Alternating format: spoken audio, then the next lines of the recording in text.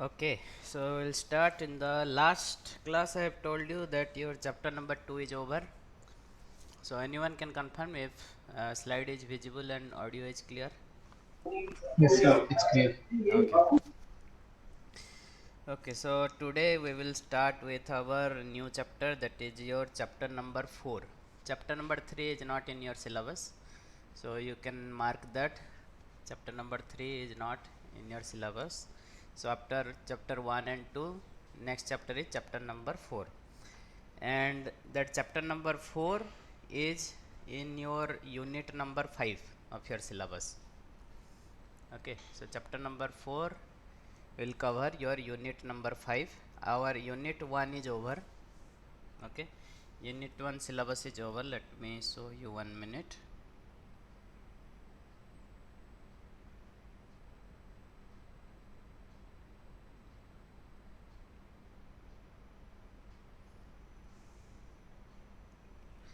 Where is your syllabus?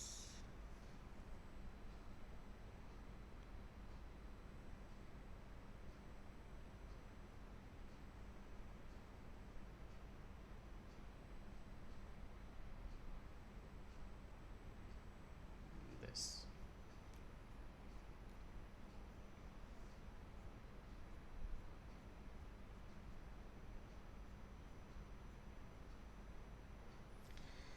Okay, so unit number 1 syllabus we have already covered. Operational concepts, it is done. Bus structure is done. Arithmetic operations, memory operations, addressing modes, basic IO operation. This advanced IO operation we will read in this unit 5. Then performance, risk and CISC. Performance is not yet over. Performance we will see, or it is over. Yeah, it is over already. That execution time related to that mathematical formula. Okay, so this is also over. Risk CISC is also over. Okay, so our unit number 1 is over. So if you have any doubt in this unit, you can ask anytime whenever you want. You can post in your Google Classroom as well if you have any doubt. Okay, so now we will go for unit number 5, because unit number 5 is your chapter number 4. Okay, so unit number 5 will have all these contents up to interface circuit. Okay, this is your unit number, this is your chapter number 4. And then serial communication is your chapter number 10. Serial communication links is chapter number 10. This part, serial communication, this is your chapter number 10. Then logic circuits I will not tell you because it is already covered in digital electronics. Then practical implementation of logic circuit we will see, and case studies of various computer architecture, this also we will see, but not now, later.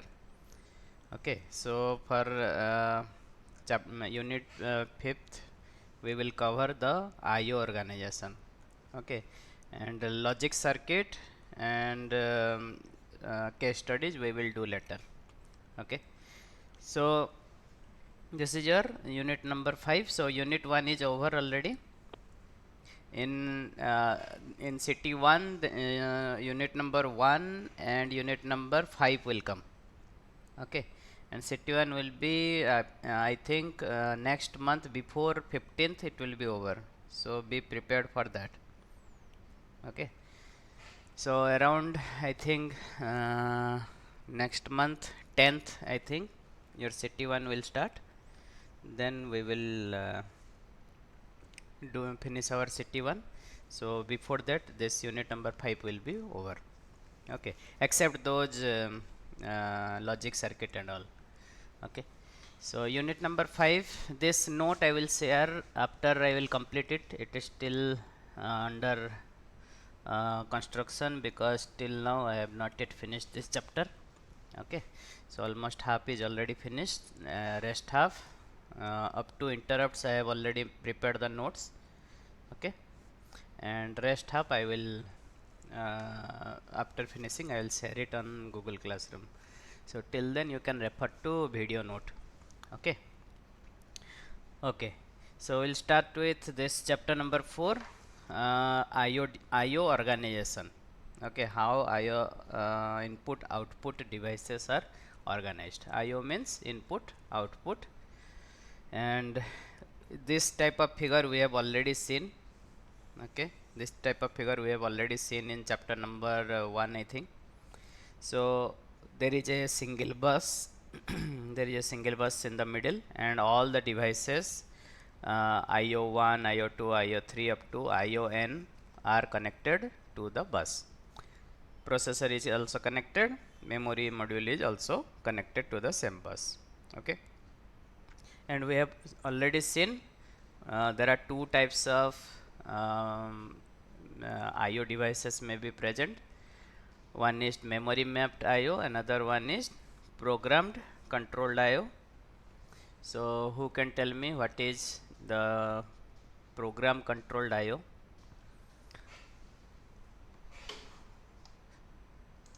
Who will tell me what is program controlled IO? Balamohan? Balmohan?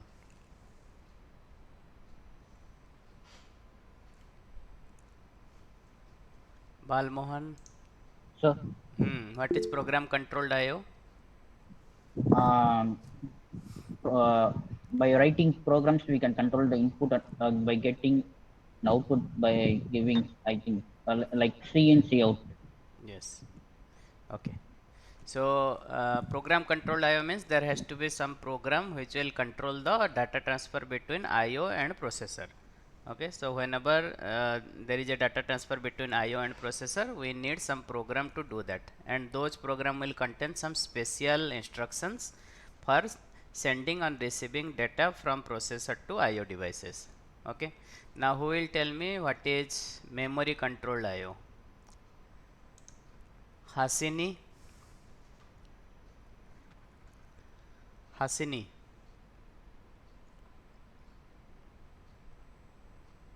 Hasini Bhasma Setti.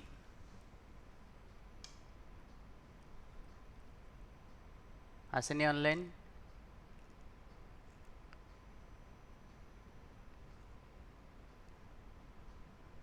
Jaydeep Sai? Yes, sir. What is memory mapped IO? Um, no idea, sir. Don't know. Okay. Kirtana?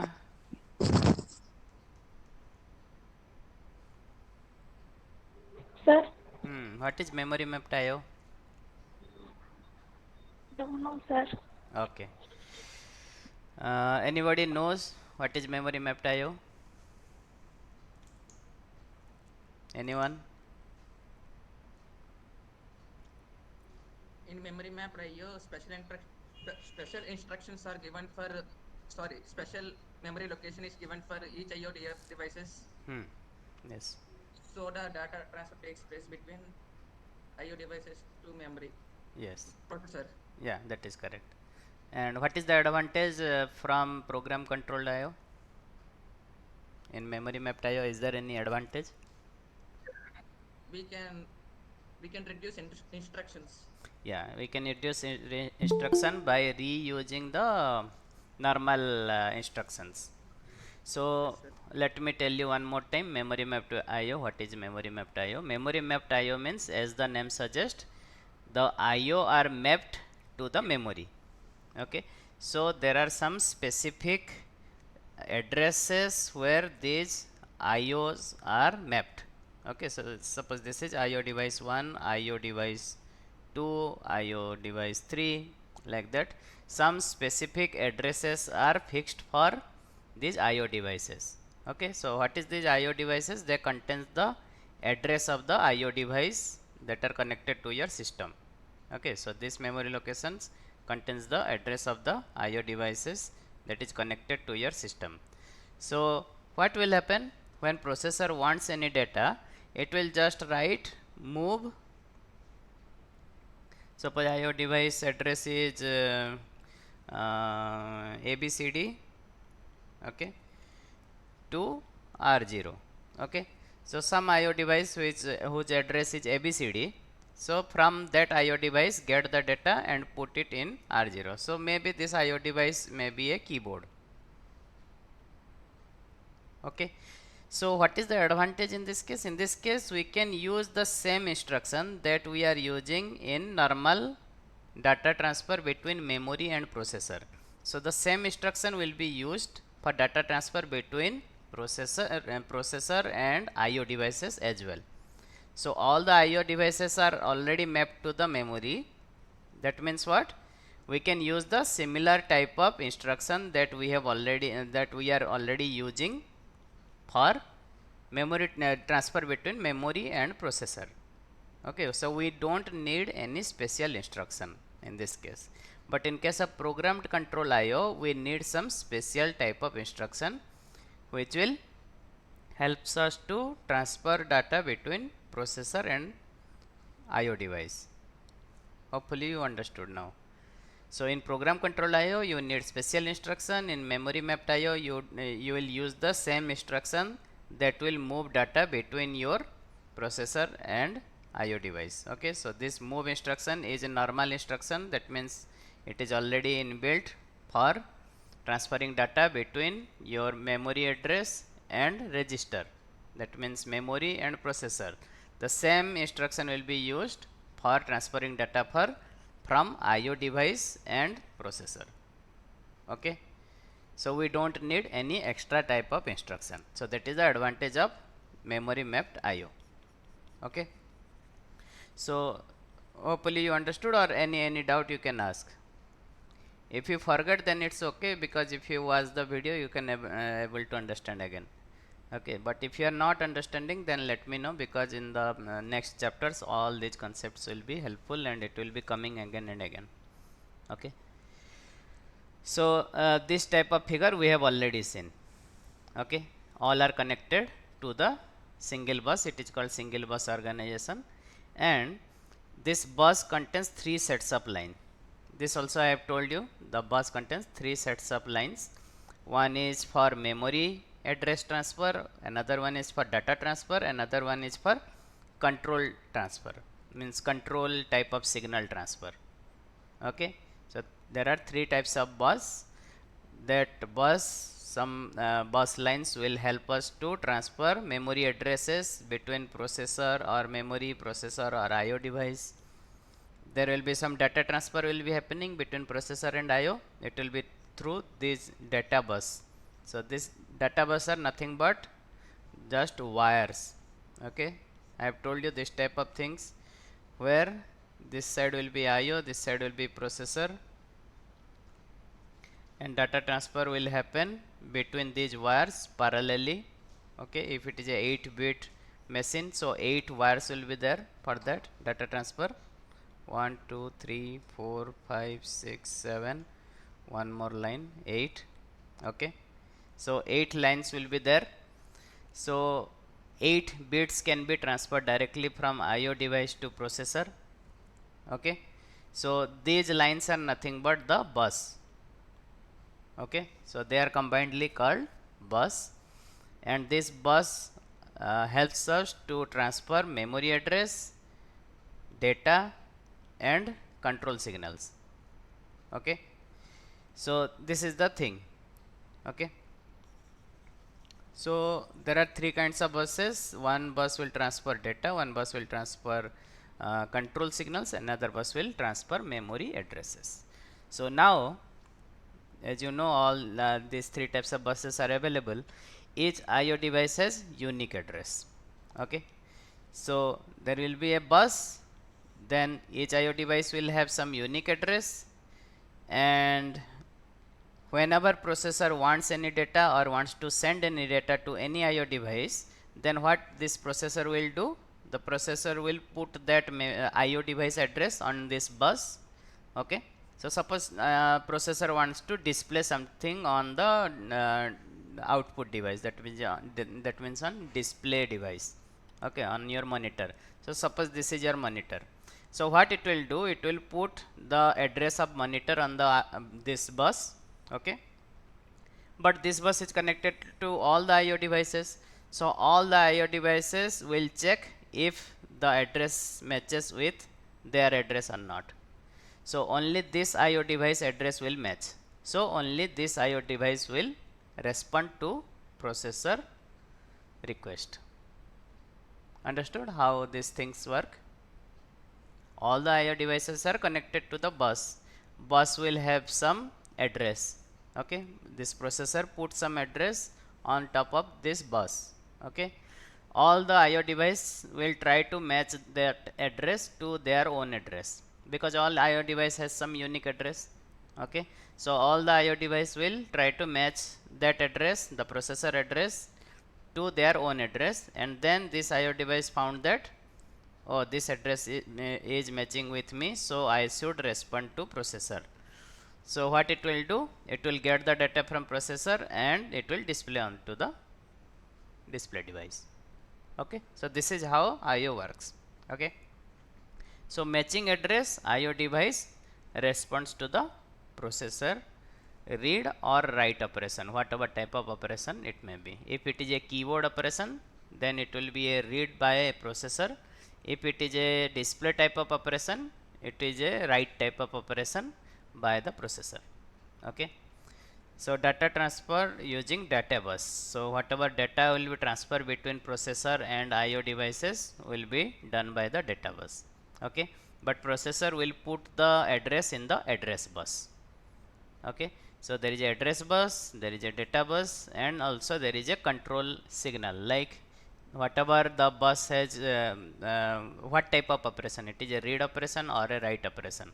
So that type of control signals will be generated on these control lines. Okay, so hopefully that part is clear, or if you have any doubt you can ask.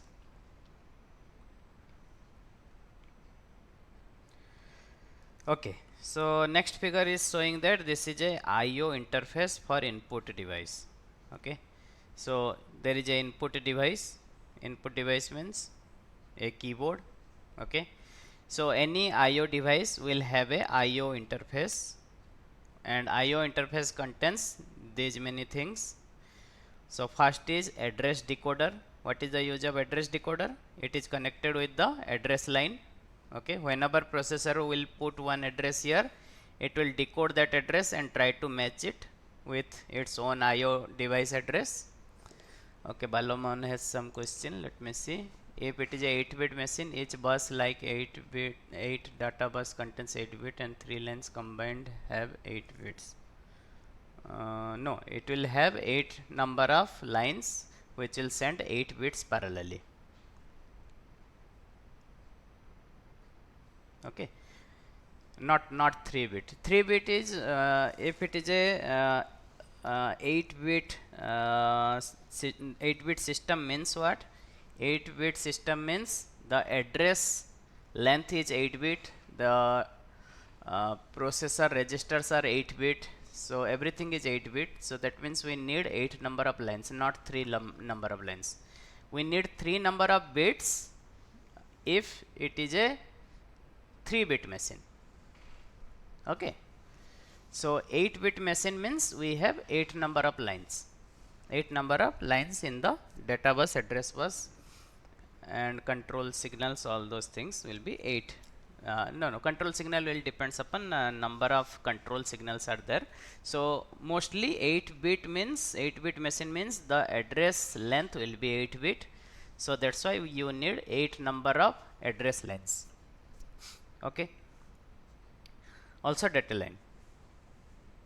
Okay, so the thing is, every IO device will have a IO interface. IO interface will contain address decoder.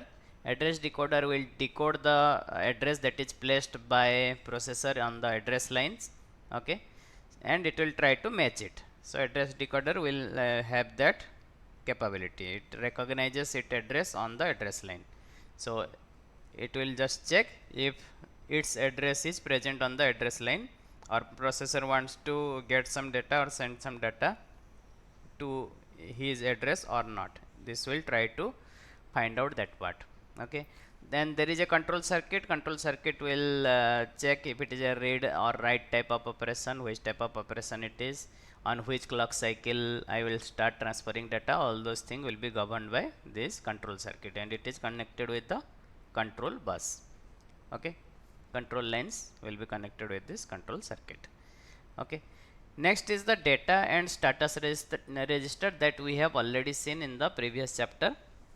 There is a data register, there is a S in flag, there is a S out flag. Those type of status register will be there. Also there is a data register like register in, register out. Okay, so we have already seen that in the previous chapter. Okay, so this data bus and status bus, this data and status register will contain, the data will contain the data that has to be transferred. Okay, data register holds the data being transferred to or from processor. Status register will hold the information about operation of IO device. Okay, so if the IO device is ready or not, okay, or if it is busy, so like that there is a flag. So the flag is S in flag, we have already seen in the previous class. So S in means if the input device is ready or not. If it is 1, that means it is ready. S in flag is 1 means it is ready. 0 means it is busy taking input from the user. Okay, so this is this data and status register will be looking like this. Okay, so this is a combination of both keyboard and display interface.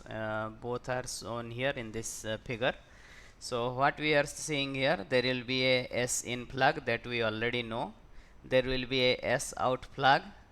This also we already know about this flag. Okay, so this is your status register. Okay, as you can see, the name is written here, status register.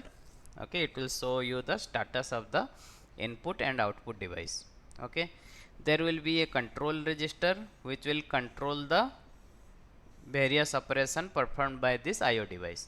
Okay, so what is DIRQ, KIRQ, DEN, KEN, we will see whenever we will read about interrupt. Okay, so note these four names. Okay, I will refer these four names when we will see the interrupt in next section. Okay, DIRQ, DIRQ full form is display device interrupt request. KIRQ is keyboard interrupt request. DEN is display enable, keyboard enable bit. So these are one single bit. Okay, so these are the flags. This can be 0, this can be 1. Okay, so based on that 0 and 1 value, it will control the whole IO device. Okay, so just note these four words.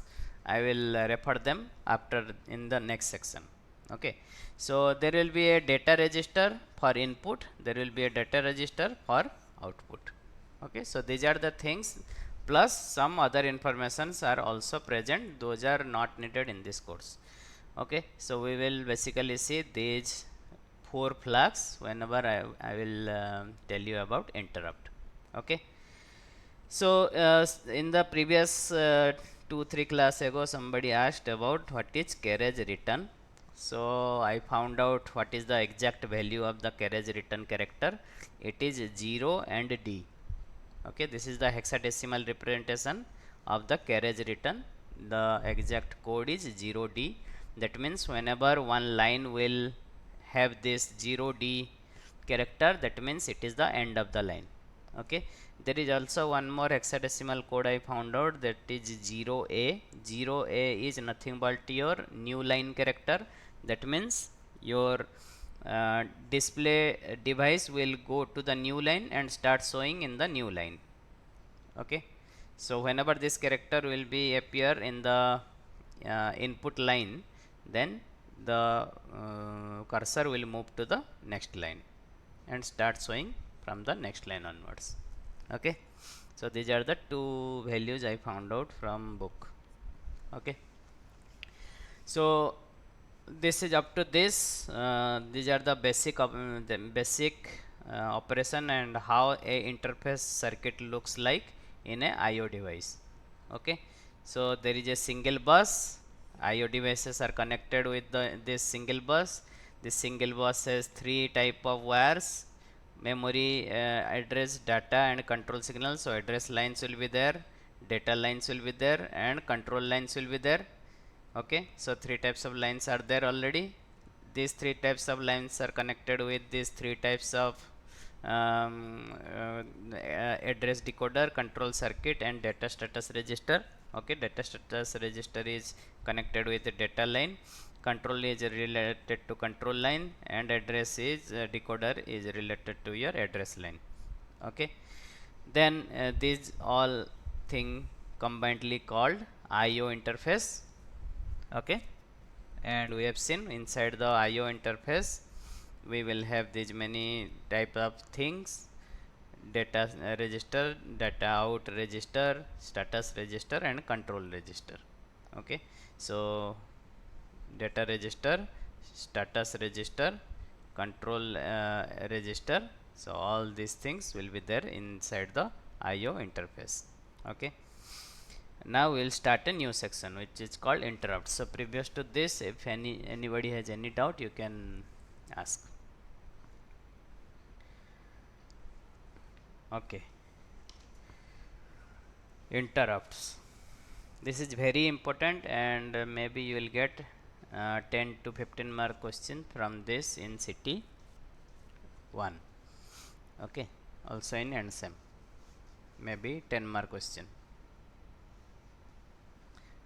Okay, so what is interrupt? Interrupt means what? Previously I have told you this how this IO devices works. In this case, processor will keep on checking these IO devices. Whenever IO devices are ready, it will either send the data or read the data. Okay, this I have already told you how it will send the data and or read the data using the programs, that is your program controlled IO device. Okay, DIRQ full form is display interrupt request. Okay, display device interrupt request. So display interrupt request means it is related to display device. KIRQ is keyboard interrupt request. Okay, so the processor will keep on checking all the IO devices if it is ready or not. So if we will do so, I have shown you the code. The code says keep on waiting in this line until and unless the SN flag is 1. So whenever SN flag is 1, read a character from the keyboard. Then again you keep on waiting till the next character is entered. So that program I have already shown. So in that case, processor have to keep on waiting inside that loop. Okay, read loop or write loop, it has to keep on waiting in that loop. So that is a wastage of time for the processor, because processor will not do anything in that time. So that's why we will not using pooling method, means we will not check each, the processor will not check all these IO devices.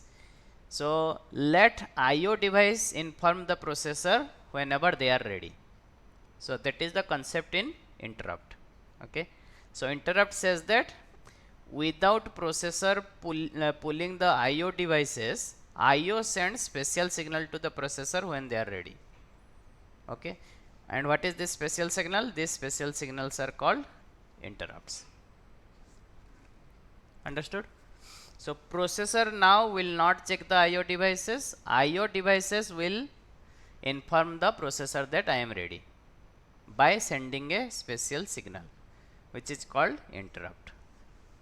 Okay, understood? So if IO devices has to send the signal, so IO device will need some bus line to send that. So that bus line is called interrupt request line. So it will ask the processor that I want to interrupt you, so it will send a request on the processor line. So it depends upon processor if it will accept the request or reject the request. So how to accept the request, how to reject the request, that we will see later. Okay, so currently if some IO device wants to interrupt the processor, it has to send a signal through this interrupt request line. It is a special bus line dedicated for sending this signal. Okay, so there are multiple bus lines are there, as you have seen. Okay, so from that one bus line will be dedicated for interrupt request to carry this interrupt request signal. Okay, simple. So this interrupt request signal will be carried by a single bus line, which is called interrupt request line. Okay, there will be a interrupt service routine that is executed by the processor in response to interrupt request. If the interrupt request is accepted by the processor, then the interrupt service routine will be executed. What is interrupt service routine? Also I have told you in the previous class, ISR. Interrupt service routine is nothing but a function type of thing which will have some codes. Okay, so whenever any interrupt will occur, this interrupt service routine will be executed. And I have told you, before executing interrupt service routine, that means this function, the processor has to save all the current work that it is doing to the stack. Okay, because it has to jump to a separate memory location. Okay, so if processor is executing one program, it is currently in this, and there is a interrupt. So what it has to do? It has to finish this execution of this line, save all the content in the stack, then it will jump to the ISR. Okay, then it will jump to the ISR, then it will keep on executing the ISR, then it will return back to this line. Okay, so this we have already seen in the previous chapter, how stack works, how processor jumps from one program to another program. Okay, so what is ISR? ISR means it is the service routine, interrupt service routine, which is executed in response to interrupt request. So whenever IO device will send this interrupt signal via this interrupt request line, processor will execute this ISR, and the ISR is unique for unique IO device. So keyboard ISR is different than display device ISR, because in keyboard you have to get the data, in display device you have to get the data from processor to display device. Okay, so these are the things in interrupts. So interrupts means what? IO device has to send a special signal to show that I am ready. It will be sent by interrupt request line, and by getting the interrupt request, the processor will execute a interrupt service routine that is specific for that IO device. Okay, so this is the fundamental of interrupts. What is interrupt and what processor will do when interrupt will occur. Okay, so when interrupt will occur, the processor will save all the content in the stack and jump to ISR, and ISR will be executed. Okay, then it will come back and resume its work. Okay, so this is the example. Suppose computer is doing some computing task. Okay, then interrupt occurs at line number I.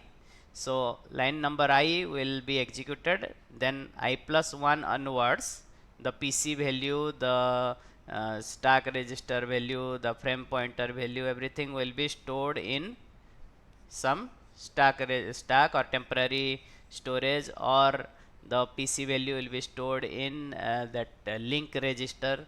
So we have read all those things. So any method we will use, and we will store the next line in somewhere in temporary location. Then it will jump to the interrupted ISR program. Okay, here printer is interrupting us. So printer ISR routine will be executed one by one, and after printer ISR routine will be executed, it will again return back to the previous program and resume its task from I+1. Okay, so this is how function call works, right?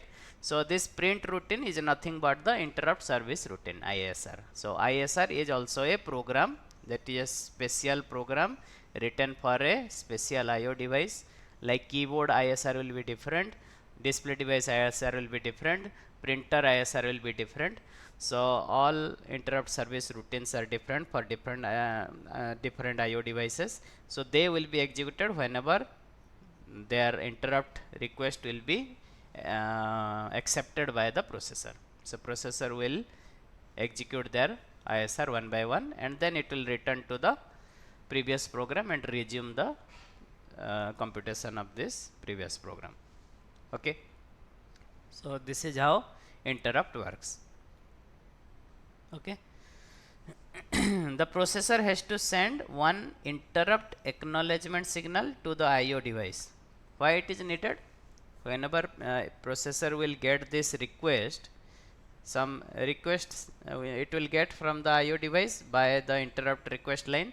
So whenever it will get the request and the request is accepted by the processor has to inform the IO device that your interrupt request is accepted.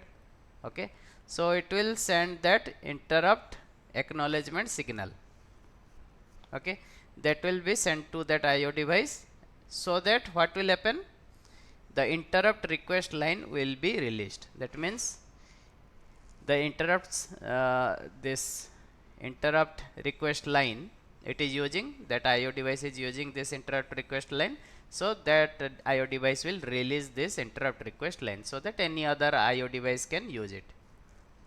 Okay, understood? So whenever the IO device will get this acknowledgement, interrupt acknowledgement signal from processor, it will release that line.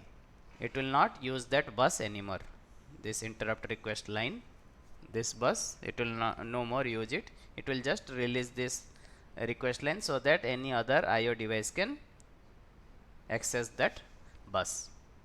Okay, when interrupt arrives, the current status of processor execution has to be stored for resume later after ISR is executed. This I have already told you. So whenever one interrupt will arrive, then processor has to save all the current status data, everything to stack, so that it can resume later after ISR is executed. Okay. So one interrupt can be sent as a single time. Lokesh is asking only one interrupt can be sent as a single time.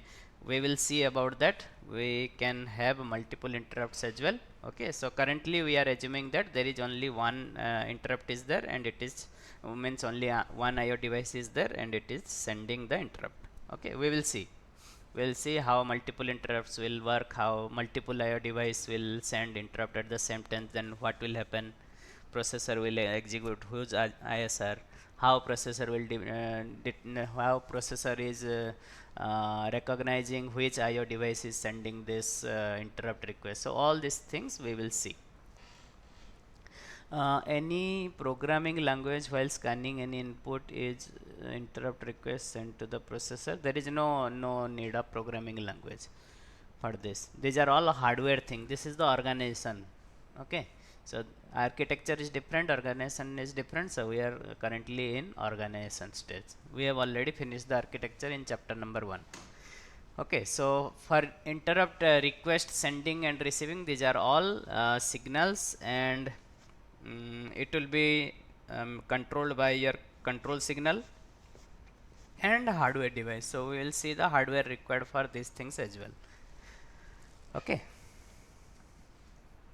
In programming language, while scanning an input is interrupt. Oh, okay. You are asking, Subramanyam is asking that in while writing program, if any problem is occurring, then interrupt request is sent to the processor or not. Yes, interrupt is sent to the processor. Like if you divide by 0, then there will be an exception. So that type of interrupt is different. That is called software interrupt. Currently we are using about reading about hardware interrupt. So there are two kinds of interrupts are there, hardware and software interrupts. So currently we are using about only IO devices. So when IO devices interrupt will be over, I will tell you about the software related interrupt as well. Okay, so if you divide by 0, that means you cannot able to divide by 0 because the output is infinity. So processor cannot able to calculate how to divide by 0. So in that case, interrupt will be generated by the program. Okay, So that is called a exception. So how exception will be handled, all those things we will see. Okay, and the end of this chapter we will see. Okay, so currently we are only scanf function. Yes, scanf function also, if scanf function, what will be the problem?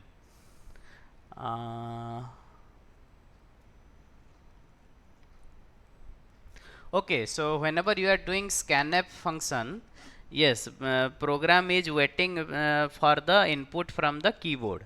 Okay, so in that case, yes, interrupt is keep on happening whenever you press any key in your keyboard. So whenever you are entering one key in your keyboard during the scanf, the keyboard is sending this interrupt signal to the processor. So whatever, not in only scanf, whenever you are writing anything on the word or browser or whatever you are doing using keyboard, mouse and all those things, every time there is a interrupt happening, and interrupt request is sent from your keyboard to the processor. Okay, hopefully that will clear your doubt. So whenever you are entering any data via your keyboard, a interrupt signal is generated. So whenever you are typing anything, then for each character it is sending one interrupt to your processor. Okay, so that's the thing. So when interrupt arrives, the current status is saved so that it will resume the current program later after ISR is executed. So that is the work of the processor. The time between interrupt request arrive and start of execution of ISR is called interrupt latency. So interrupt request came just now, but it will take some time because processor has to do this work saving the current status, then it will jump to ISR. So how much time it required between interrupt request arrive and execution of ISR start is called the interrupt latency. Latency means delay. Okay, so how much latency will be there? So this time between interrupt request arrived and execution of ISR is called interrupt latency. So this is also a very big factor. So whenever you send a interrupt, either it will be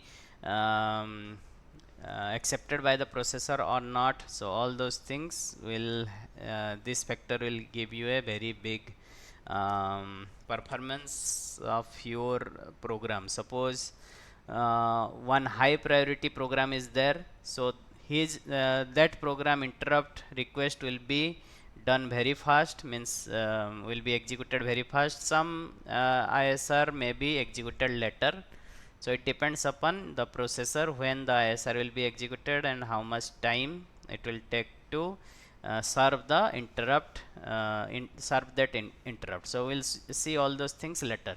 Okay, so after one by one we will cover everything. So currently we are reading about some fundamental definition.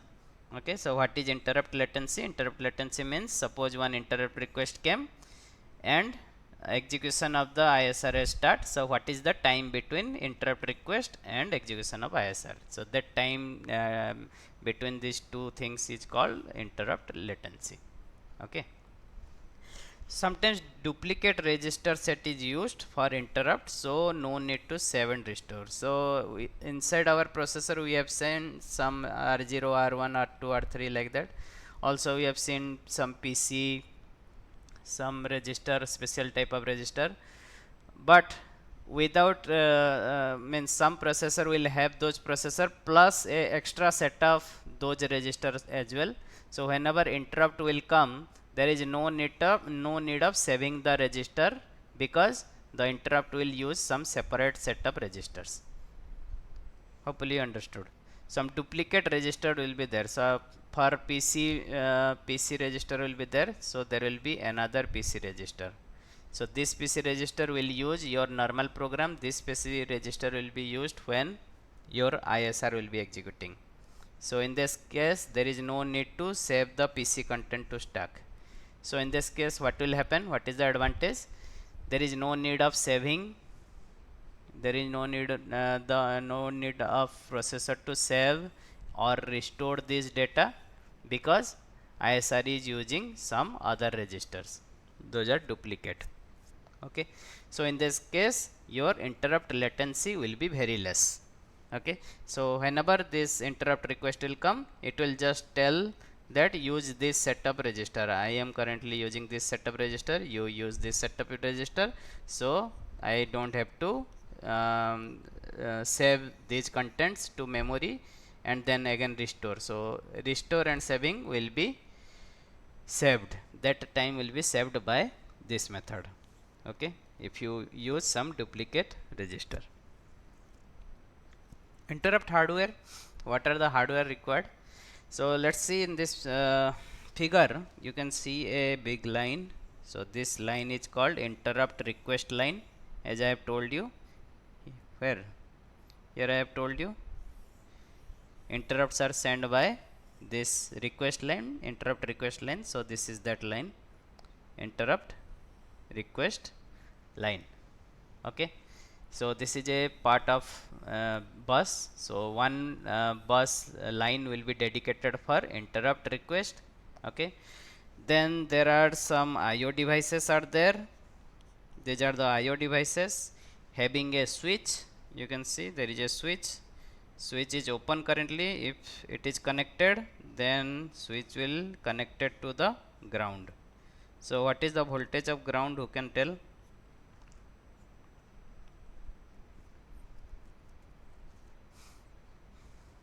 Okay, leave it. So this is VDD. What is VDD? It is a voltage. What is R? R is a resistor. Okay, so let me you tell me in this situation what is the voltage in this line, who can tell? Yes, Ajay, Lakshmi, Nisita all are telling 0 voltage. That's good. Yes. So you tell me, if there is a voltage is given on the line and all the switches are in this open stage, then what is the voltage in this line, in interrupt request line? What will be the voltage in interrupt request line if all the switches are open? Obviously VDD. Okay. What will happen if the switch is closed? What will be the voltage of this line? If the switch is closed by any of these IO device, what will happen to this line? So this line will have now 0 volt, because whatever the voltage will come, it will be connected to the ground. So the line will have 0 voltage. Okay, so that's why it is called INTR bar. Okay, that means what? This line will be activated only when it is in 0 voltage. Okay, so if it is in 0 voltage, what will be the output of INTR signal? Whenever INTR bar is 0, what will be the output of INTR? Obviously 1. Okay, so that means what? Some of this device wants to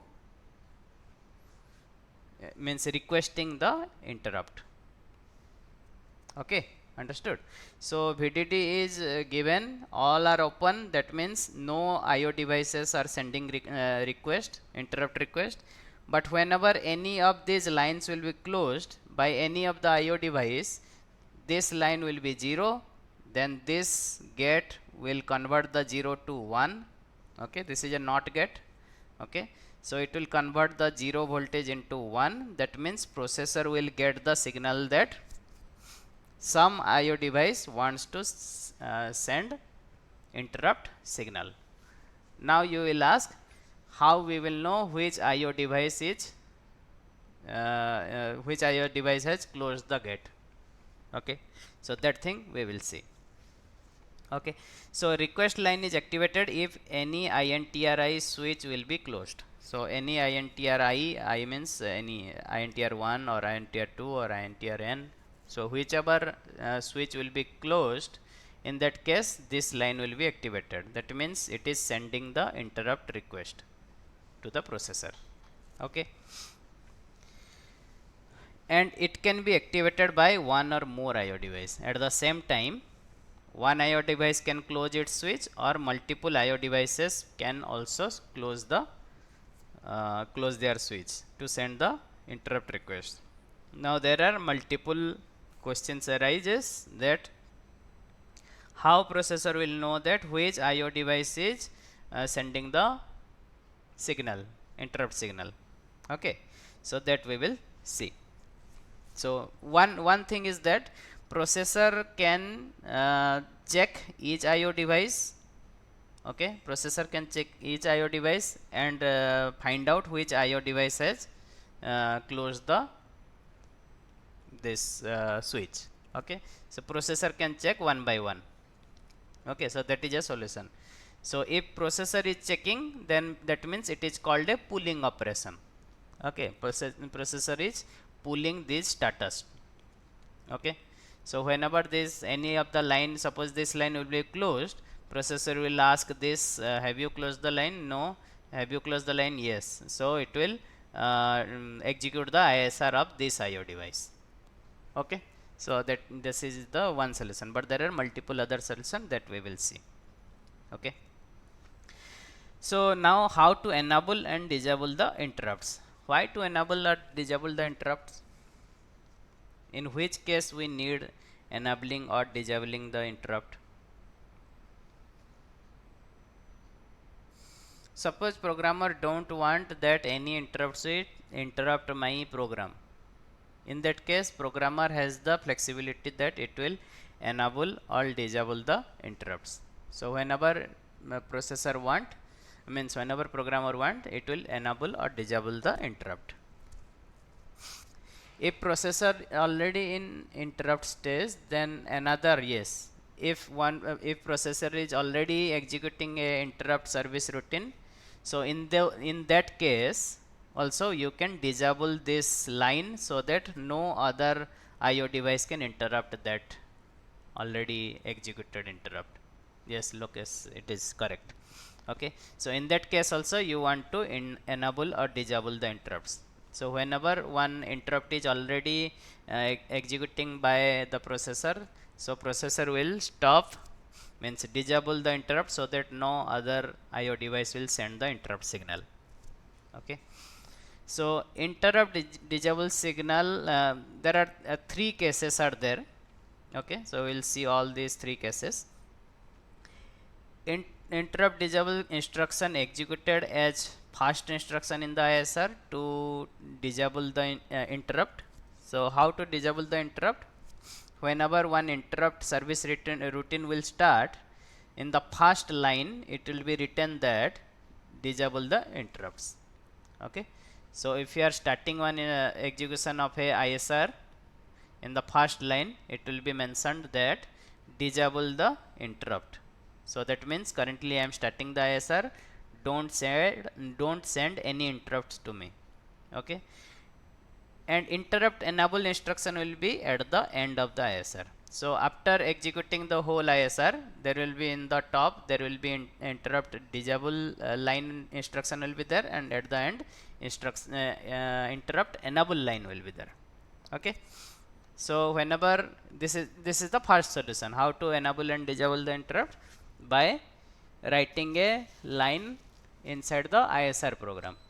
Okay, so whenever ISR will start, disable it, whenever ISR will end, enable it. Okay, then interrupt enable bit in processor. This is the second way. There will be a, I told you there will be a processor status register. Who can tell what is the content of processor status register? If you remember, write it on the comment. I have told you in previous class, processor will have a processor status register, and there will be a interrupt enable bit. If it is 1, then interrupt is enabled. If it is 0, then interrupt is disabled. What are the other fields that are present in this status register, processor status register? Anybody remembered? What are the other content inside the processor status register?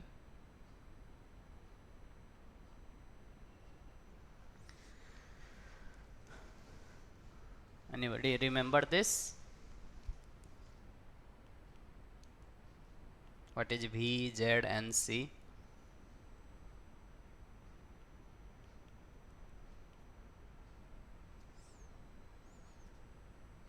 Who can tell? What is V? V is overflow, yes. Z is 0, N is negative, C is carry, yes. So these are the flag that will show you the status of the current instruction that is executed. So if the current instruction executed has a overflow, then overflow V bit will be 1. If the current output will be 0, the whatever operation processor has done, the current output is 0, then 0 flag will be set as 1. If negative result will come, then negative status will be 1. If there will be a carry, then carry will be 1. So this is the processor status register. Okay, so processor status register will have a bit called interrupt enable bit. Okay, interrupt enable bit. So this interrupt enable bit will be set, then interrupt is enabled. If it is not set, that means 0, then interrupt is disabled. Okay, simple. So we can use a instruction, like in the case 1 we can use either a instruction or we can use a status bit, that means interrupt enable bit. Okay, what is the case 3? Case 3 is that processor only respond once to a edge triggered. What is edge triggered also I have told you. Whenever this INTR signal is in high voltage and one switch will be closed, then the voltage drop to 0 and then it will remain 0. Okay, so when there will be a change in this point, whenever there will be a change, processor receives only one request, and whenever there is a change, at that change moment interrupt will be disabled and it will receive the request. So no other device can request for interrupt. No other device can request for interrupt. Okay, so this is what this I have told na. Previously it will be in high voltage case. Whenever it will be connected, it becomes 0 voltage. Okay, so that's what I am showing here. Previously its voltage was VDD, okay, high voltage, and whenever anybody wants to send interrupt, they close the switch, so the voltage becomes 0 and then it remains 0. So whenever there is a change from high voltage to low voltage, processor will disable the interrupt, so it will get only one request. Okay, otherwise it will happen like that. This is disabled, then again off, then again down, again up, again down. So processor will be confused which ISR to be executed. So that's why what will happen, whenever there will be a change in voltage, processor will disable the interrupt and start servicing the interrupt request. Okay, so these are the three cases. In these three cases we can enable or disable the interrupt in these three methods. Okay, so why to enable or disable the interrupts? Because we don't want our current executing interrupt to be interrupted by another interrupt. Okay, so that is also a case. Also there may be another case that whenever this line will be 0, the processor will keep on executing the same ISR again and again. So that might be also a case. If this line will be 0 for long time, then processor thinks that there are several number of interrupts. So it will keep on executing the ISR again and again, and it will go into a infinite loop. Yes, Kamesh, that's right. So that's the thing. So that's why whenever it will get one request, it suddenly disable the interrupt so that no other IO device can send the interrupt. Okay, so that's the thing when we want to enable or disable any interrupt. Okay, so these are the three cases. So in a summary for this class, let's see what are the steps to handle interrupt from a single device. For multiple device we will see tomorrow. Okay, from a single device let's do a summary, what step by step. If IO device has to send or receive anything, or whenever it is ready, it raises a interrupt request. Okay, this is the first step. Whenever IO device is ready, then it has to send a interrupt request to the processor. Processor interrupt the current program. Okay, then interrupts are disabled. All interrupts are disabled because it started the accepting the request, so it will disable all the interrupts. Then device is informed that your interrupt request is accepted by interrupt acknowledgement signal, so that the device will deactivate the interrupt request signal. Okay, so whenever the device will get that processor has accepted my request, it will deactivate its switch. Okay, then ISR is executed. Okay, interrupt service routine will be executed. Then interrupts are enabled again, and execution of interrupted program resumes. Understood? Simple. If you have any doubt, you can ask. This is the end of this section. If there is a single IO device is there and it is sending a interrupt signal, what will happen here? We will see multiple IO devices in the next class. Okay, so these are the simple few steps. IO device raise the signal, interrupt signal. Processor will stop the current program, save its status. Okay, PC value, your register content, everything into the stack. Interrupt are disabled by the processor. Then device is informed that your request is accepted, so the device will stop its signal by opening again the switch. Then ISR is executed. Then interrupts are enabled and execution of interrupted program resumed when ISR is executed. Okay, so these are the few 6 steps for how to execute an interrupt. Whenever interrupt will occur, then what will happen. Okay, so if you have any doubt, you can ask. Otherwise, we'll stop the class. We'll resume in the next class how to handle multiple interrupts.